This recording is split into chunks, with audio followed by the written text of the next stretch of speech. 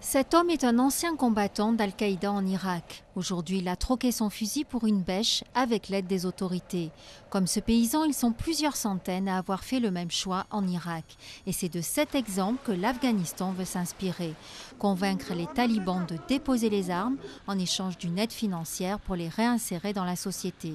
Un plan qu'Hamid Karzai, le président afghan, est venu présenter aux 70 pays réunis à Londres. Nous devons tendre la main à tous nos compatriotes, en particulier nos frères désabusés. Pour cela, nous mettrons en place un Conseil national pour la paix et la réconciliation. Cette initiative a déjà reçu le soutien de principe des alliés. Un fonds va être mis en place pour la financer.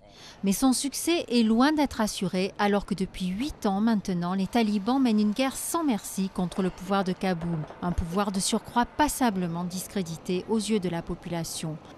Alors parallèlement à cette main tendue aux talibans, la guerre va continuer. Il y a déjà 113 000 soldats de la coalition internationale sur le terrain. Leur nombre va encore augmenter dans les prochains mois.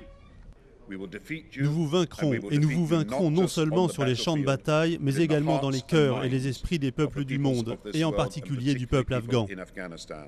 Combien de temps faudra-t-il pour venir à bout des talibans? Il est trop tôt pour envisager une stratégie de sortie, a répondu la secrétaire d'État américaine Hillary Clinton. Seule perspective tangible, un transfert très progressif des opérations de maintien de l'ordre aux forces afghanes, qui devrait débuter dans plusieurs mois. La guerre a beau être de plus en plus impopulaire dans la plupart des pays occidentaux, elle va continuer. Avec son cortège de cercueils de soldats de l'Alliance rapatriés, ils ont été 520 l'an dernier.